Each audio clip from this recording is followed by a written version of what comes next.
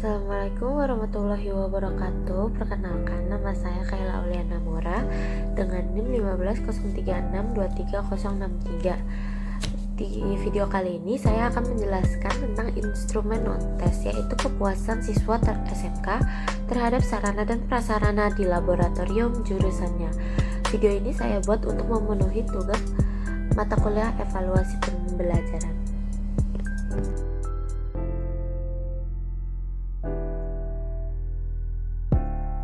Yang pertama ada definisi konseptual.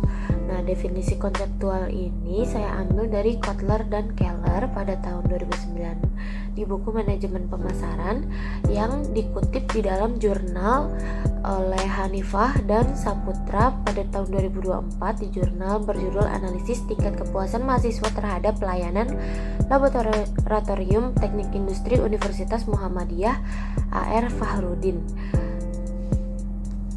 Nah, definisi konseptual menurut Kotler dan Keller tadi itu kepuasan siswa terhadap sarana dan prasarana laboratorium jurusan merujuk pada persepsi siswa mengenai sejauh mana fasilitas laboratorium mendukung proses pembelajaran dan praktik kejuruan mereka. Nah, kepuasan ini mencakup aspek kebersihan, kenyamanan, keamanan, kelengkapan alat dan bahan, serta pelayanan teknis yang diterima selama praktik.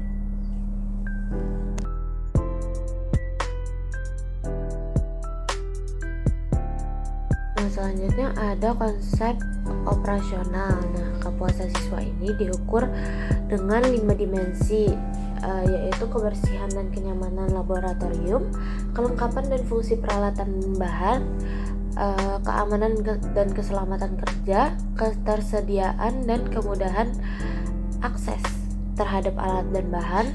Yang terakhir itu pelayanan teknis atau guru pendamping. Nah, 5 dimensi ini tuh diambil dari metode SERVQUAL yang telah digunakan untuk menilai layanan laboratorium pada berbagai jenjang pendidikan.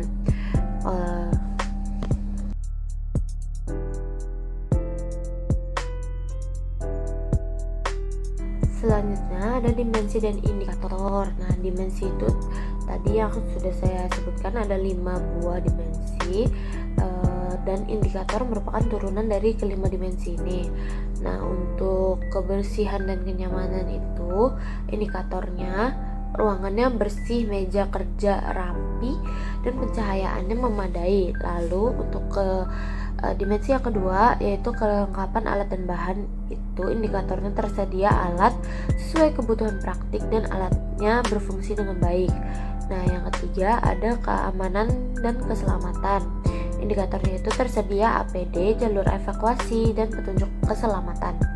Nah, untuk yang keempat aksesibilitas, itu indikatornya siswa itu mudah mendapatkan alat dan bahan yang digunakan untuk praktikum. Nah, yang terakhir pelayanan teknis, indikatornya itu guru dan atau teknisi laboratorium itu mudah dihubungi dan dapat membantu saat praktik. Nah, untuk butir-butir soal nanti, butir-butir instrumen, bukan soal kayak instrumen, itu saya menggunakan skala Likert yang ada 5 nilai. Nah, itu untuk mempermudah perhitungan skor. Selain itu juga ada interpretasi dari dari instrumen, ada pernyataan yang positif dan ada pernyataan yang negatif. Nah, skala Likert yang 5 tadi, kalau misalnya 1 itu sangat tidak setuju, yang kedua setuju, tidak setuju, yang ketiga netral, yang keempat setuju, dan yang kelima sangat setuju.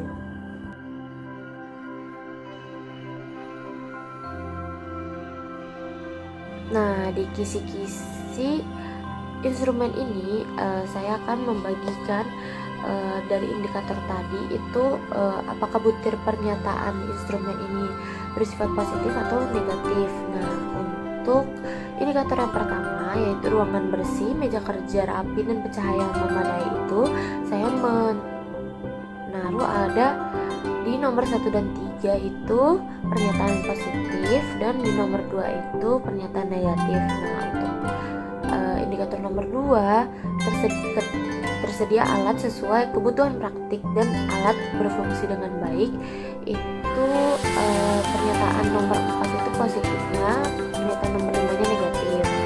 Nah, lalu untuk nomor 3 tersedia APD, jalur evakuasi, dan petunjuk keselamatan.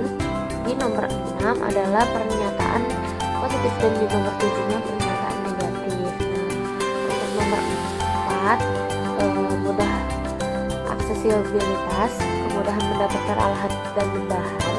Di nomor 8 saya taruh pernyataan positif dan nomor 9 pernyataan negatif. Untuk pelayanan teknis juga indikatornya guru atau teknisi laboratorium mudah dihubungi dan dapat membantu saat praktik. Itu nomor 10 saya taruh pernyataan positif dan 11 pernyataan negatif.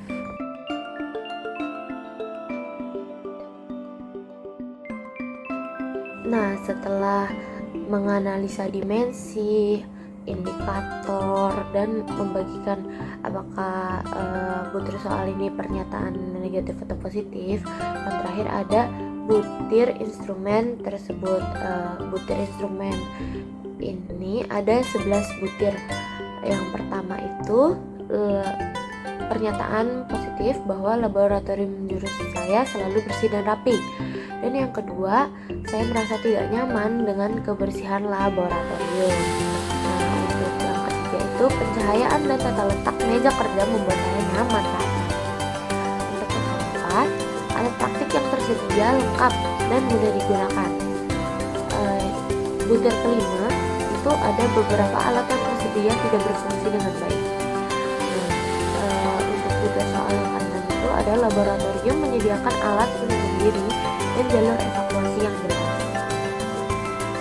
Butir instrumen nomor 7 itu saya merasa tidak aman saat melakukan praktik di laboratorium.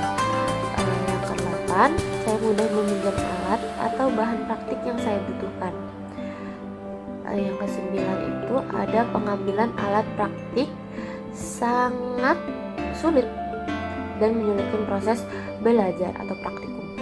Nah, yang ke-10 itu ada guru atau teknisi laboratorium selalu siap membantu saat saya praktik.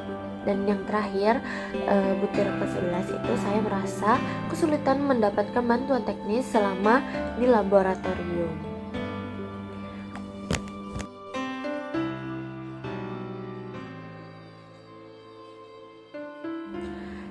Nah, sekian video ini. Saya mohon maaf jika ada kesalahan kata, baik disengaja maupun tidak sengaja. Terima kasih sudah menonton sampai akhir.